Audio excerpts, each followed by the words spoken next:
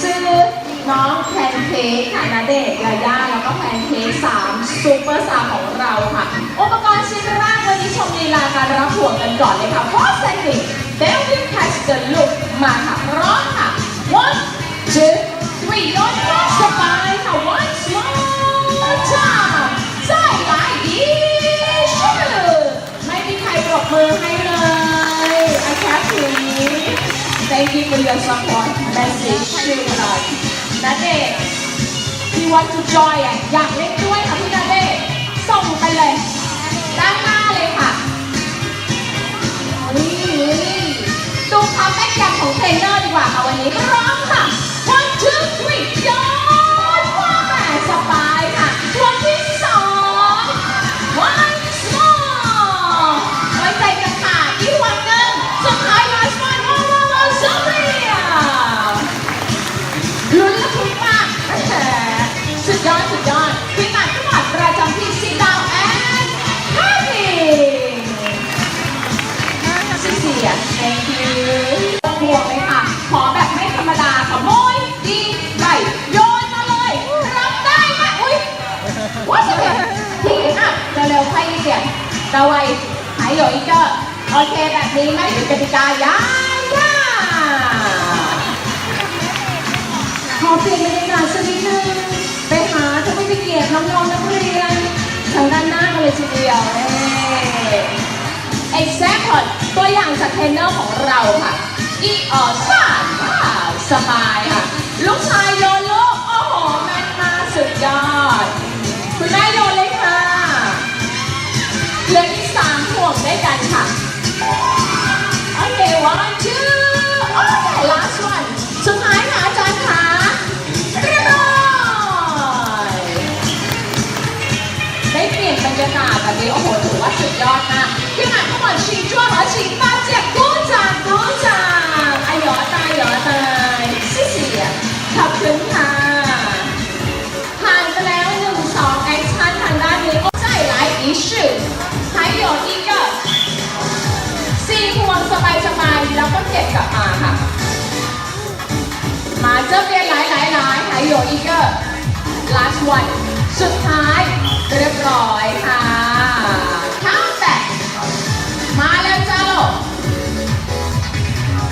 ขึ้นมาเลยค่ะขอกำลังใจดังๆอีกครั้งเลยค่ะ I can't believe Thank you for your support ชื่ออะไรขอบคุณค่ะ Messi Go to the next balancing fish one can list about ไทยซื่อติ่งชิว Let's see ไปเลยค่ะ3ซูเปอร์สตาร์ดูสิว่าใครจะมาถึงก่อนกันแล้วเลยจ้าไม่เต้นมาโอ้โหยาย่มาแบบรวดเร็วมากขึ้นมา sit down and happy thank you ซิเสียขอบคุณค่ะเวลาล่าเหยื่อต้องว่ายน้ำแบบว่ารวดเร็วกันเลยทีเดียวนะคะขึ้นมาแบบนี้เดี๋ยวเตรียมปลุกสิติดดิสเบรกด้วยเบรก ABS กันนะคะเอ้ามาเก็บต่อเลยเหรอโอ้โหมาเลยค่ะไทยซื่อหลายชิวปีซ่านาเตะเพลย์บาสเกตบอลค่ะพร้อมแล้วโหลีลาแบบว่าเล่นน้ำก่อนไงให้วอร์มสักนิดหนึ่งนะคะเดี๋ยวมาชมลีลาความสามารถของน้องณเดชน์กันดีกว่าค่ะวันนี้เอาละค่ะลูกบอลก็พร้อมแล้วขึ้นมาโชว์ทำให้เกียรติน้องๆนักเรียนก่อนวันชูว้าวยังไม่หมดค่ะโมยดีไปสิมึงต้องไป1 รอบไปเลยโอ้โหเก็ตชูพอยต์ The winner ค่ะณเดชน์ข่าวฟ้าอุ้ยone second come on wake up exhausted ตกใจไทยภาษาอ่านหัวเช็คแอร์หน่อยผัดอ่อนโอเคหาวป้ายังไงก็น่ารักจริงนะเด็กค่ะ And the next activity soccer star would like to kick the ball ไทยชื่อที่จูชิวจิ้น不จิ้น有没有粉色这个粉色不จิ้น没有粉签了6个เหมือนแบบทีมชาติไทยเมื่อวานเลย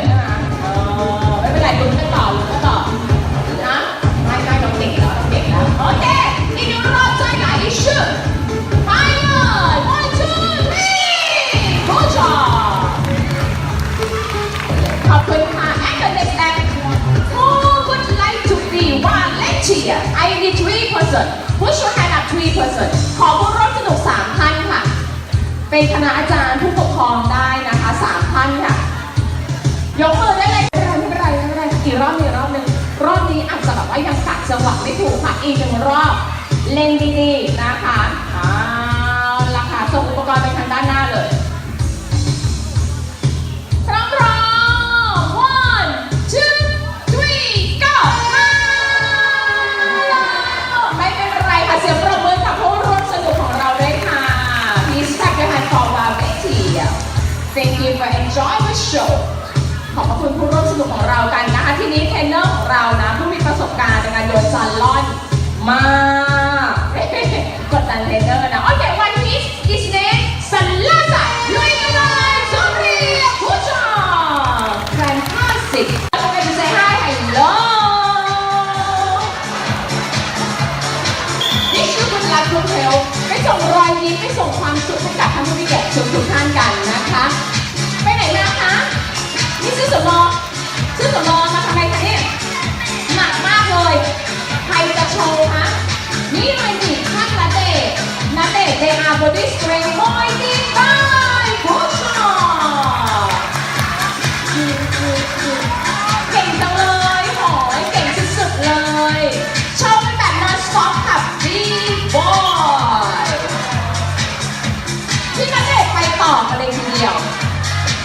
มาค่ะ 1 2 3 up โอเค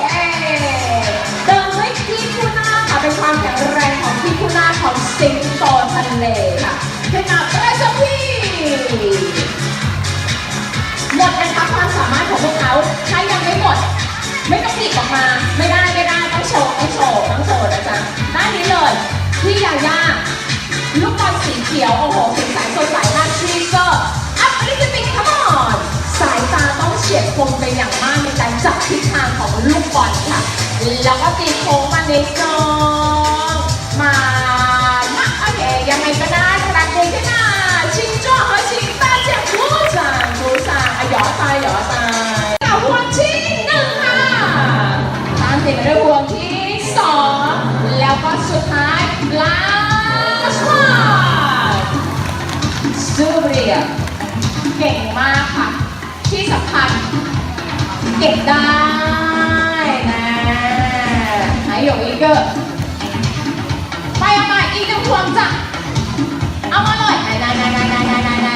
โชว์ได้ต้องเก็บได้นะคะระดับซุปตาค่ะขึ้นมาอยากได้เสียงปรบมือดังๆให้กับย่าซิซิเลียขอบคุณค่ะ and the next show is more beautiful keep your eye for this action ณเดชน์ carry the one I play the barrel วันนี้พี่ณเดชน์โชว์ลีลาการไต่ถังแต่ว่าไต่ถังอย่างเดียวอะมองเหมือนง่ายไปใช่ไหมคะวันนี้เรามีอุปกรณ์เสริมมาด้วยโอ้ยถังกินแล้วเอามาค่ะบาลานซ์ลูกบาสเกตบอลกันด้วยเชียร์อัพเสียงปรบมือเชียร์หน่อยแล้วเจียโยณเดชน์สู้เป็นได้ทุกเพลงนะคะเอาค่ะกลับมาอุปกรณ์ไม่หล่นเห็นไหมคะหล่นนี่ถือว่าผิดกติกานะคะแล้วก็ขึ้นมาสุดยอดขอบคุณค่ะ Thank you for your support แม่สีชุกร์ดังค่ะเชิญ And the next act balance two object in one time ให้ซื่อติ่งยี่จือเพอหวานเพอไอ้กระหยังว่าโชว์ลีลาการบาลานซ์เก้าอี้ค่ะพร้อมกับเลิฟพี่ดอกน้องทิฟฟานี่เอาละค่ะมาเลยพร้อมแล้วเทดีสิก้อนข้าเลยโอเคเลยดีเอาแบบว่าไม่ต้องรีบใจเย็นๆค่ะมาแล้วค่ะโค้งขึ้นมานิดนึงแล้วก็ชิคก้าวแอนด์เควิน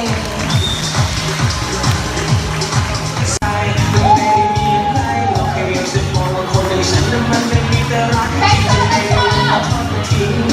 ตั้งๆชุดนี้